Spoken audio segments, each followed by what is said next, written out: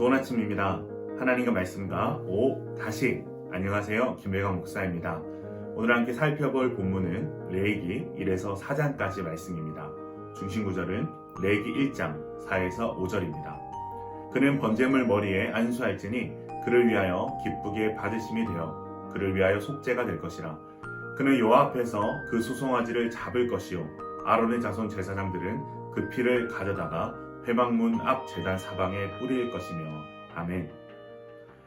오늘 저희가 만나게 될 성경은 성경 읽기의 위기, 레위기입니다. 그만큼 이해하기가 어렵고 복잡하고 한마디로 재미가 없는 성경으로 많은 이들의 성경 읽기의 위기를 주는 책이 바로 레위기입니다. 그러나 레위기가 우리에게 주는 유익은 말로 다 할 수 없습니다. 왜냐하면 레위기는 하나님과 함께 살아가는 백성의 자격과 의무를 규정한 책이기 때문입니다. 특별히 레위기에서 가장 주목해야 할 모든 생명은 피에 있으며 피가 죄를 속한다는 구절은 레위기의 모든 제사법이나 성결법의 핵심이 피제사에 있음을 보여줍니다. 곧 죄를 지은 자는 반드시 죽을 수밖에 없고 또 죄의 용서를 받고 구원을 얻어 성결하게 되기 위해서는 대속제물의 피가 요구된다는 것입니다.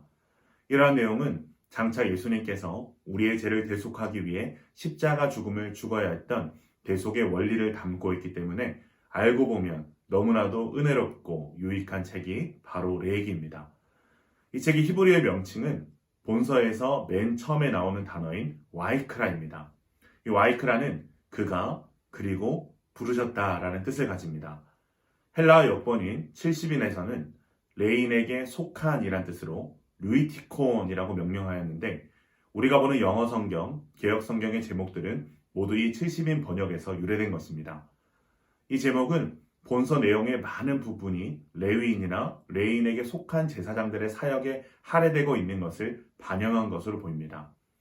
그러나 레위기를 단순히 제사장들의 책으로만 보는 것은 잘못입니다.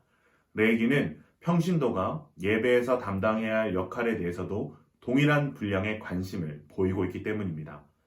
평신도가 언제 성소에 갈 것인지, 무엇을 가져갈 것인지, 성소에 도착해 제사장에게서 무엇을 기대해야 할 것인지 등에 대해 말하고 있습니다.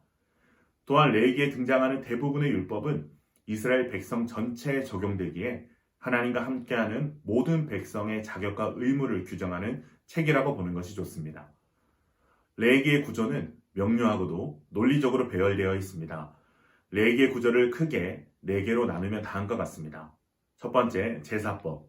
두 번째는 제사장직의 제정. 세 번째는 부정함과 그에 대한 처리법.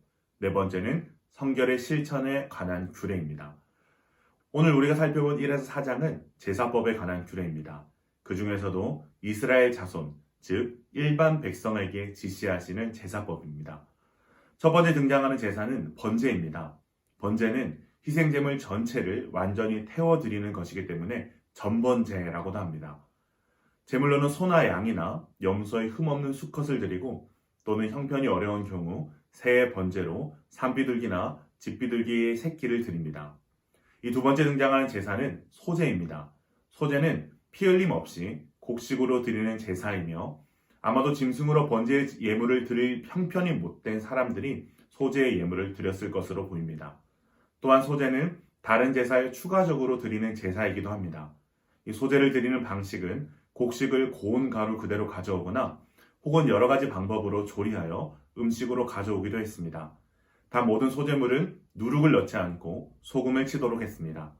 이것은 변하거나 썩지 않게 하는 것으로 하나님 앞에 순결하고 진실한 헌신을 드리는 것을 의미합니다.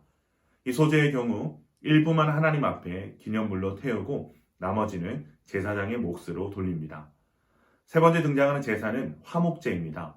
화목제는 감사와 서원을 위해 드리는 제사로서 번제와 달리 희생제물을 전부 태워드리지 않고 일부는 제사장의 몫으로 돌립니다. 또한 제사장뿐만이 아니라 제사에 참여한 예배자와 가족들이 함께 제물을 나눠 먹습니다.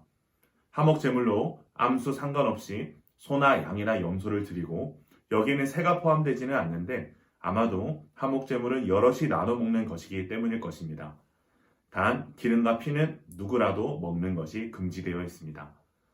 네 번째 등장하는 제사는 바로 속죄제입니다. 속죄제는 비고의적으로 계명을 어겼거나 부정하게 된 사람이 속죄를 위해 드리는 제사입니다. 이 계명을 어긴 자는 하나님의 언약 안에서 소외되는 것이기 때문에 하나님께서 이 깨진 관계를 회복하게 하는 은혜를 베푸신 것입니다. 이 속죄제에서 특이한 것은 범죄자의 신분에 따라 제물이 달라진다는 것입니다. 제사장이나 이스라엘 온 백성의 범죄에 대해서는 수송아지를 드리고 족장이 죄를 범하였을 때에는 수염서를 바칩니다. 이것은 하나님께서 지도자들의 죄에 대해서 더 큰 책임을 묻는다는 것을 암시하고 있습니다. 일반 백성들은 암염소나 암양을 드리는데 거기에도 힘이 미치지 못하는 사람은 새나 곡물로 대신 드릴 수 있었습니다. 오늘 말씀을 통해 얻을 수 있는 교훈은 무엇일까요?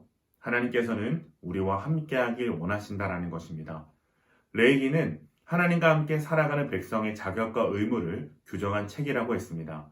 그리고 그 첫 번째 단락으로 제사법들이 소개되고 있습니다. 이 레위기에 소개되는 제사들의 가장 큰 핵심은 바로 희생입니다.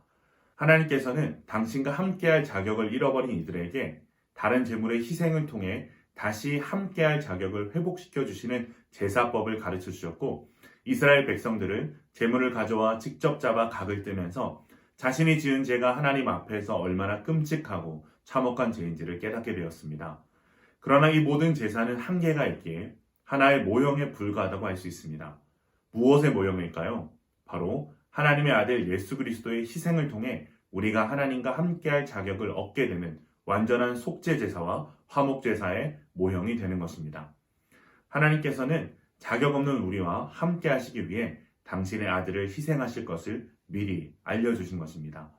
사랑하는 기쁨 가정 여러분, 우리가 오늘 하나님의 자녀로 하나님과 함께하는 것은 세상에서 가장 위대한 희생으로 이루어진 것임을 다시금 기억하길 원합니다. 이 위대한 희생 앞에 자격 없는 우리를 사랑하사 이토록 함께하기 원하시는 하나님의 사랑을 느끼며 날마다 예수 그리스도를 통해 하나님께 나아가는 기쁜 가족들 되시길 주님의 이름으로 축원합니다.